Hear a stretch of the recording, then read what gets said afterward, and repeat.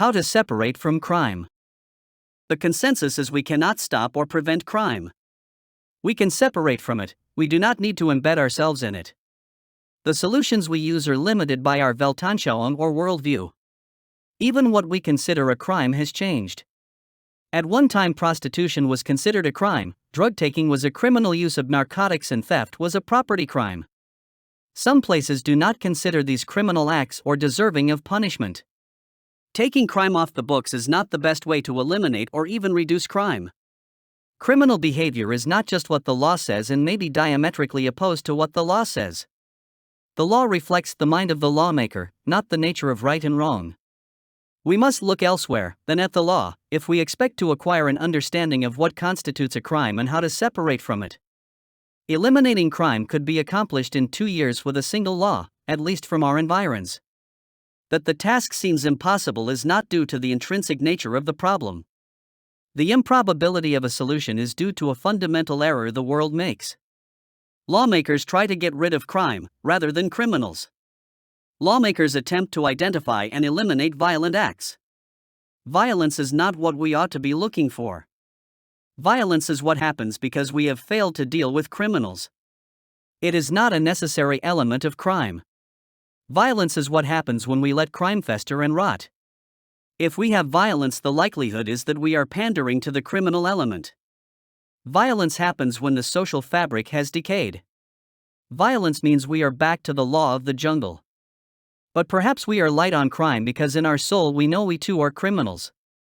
No one has a right to externalize costs onto others, including society and future generations.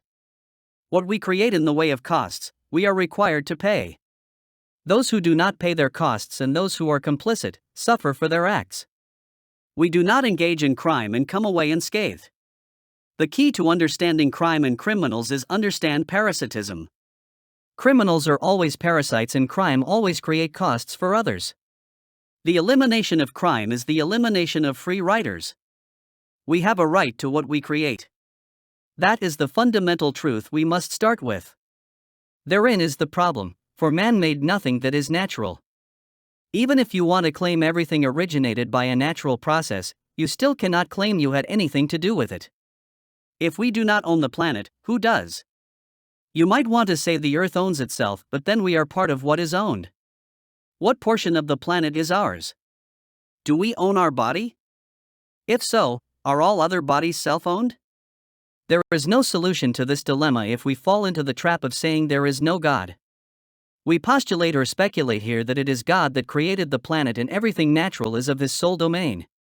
There is nothing real we have a right to. The first and original crime was usurping the authority of God to take what belongs to God, even though violence was not involved. This is the story of Eden. The rights of God are overturned by man. The churches have not been very successful in pursuing separation, perhaps because they have joined the world in its fight over property. We cannot come to Christ while embroiled in sin, and we cannot come together as a church while tolerating those who live in sin to dwell in our environs.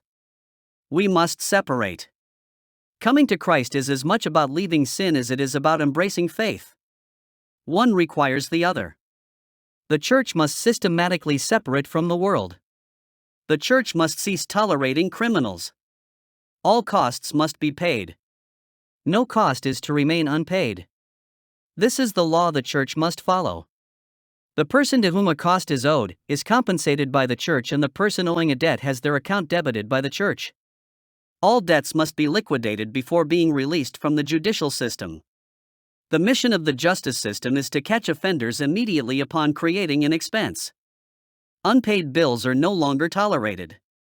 The church must claim dominion over our jurisdiction. This is the land for which the church has assumed responsibility. We do not own the land, but we have responsibility for it to ensure God is recognized as the owner of it. As believers, we exist to protect the property of God from freeloaders and squatters. If you add nothing to the land, get off of it, go elsewhere.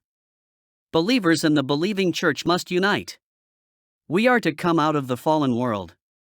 We need to establish a protected jurisdiction in which everyone creating costs are required to pay those costs. We must learn to take care to the little things before we assume responsibility for the larger things. Crime can be eliminated, but it has to be rooted out at the moment it emerges as an unreconciled cost. But saying that, it has to start with us. We must work together to identify and eliminate all unpaid costs in our own house.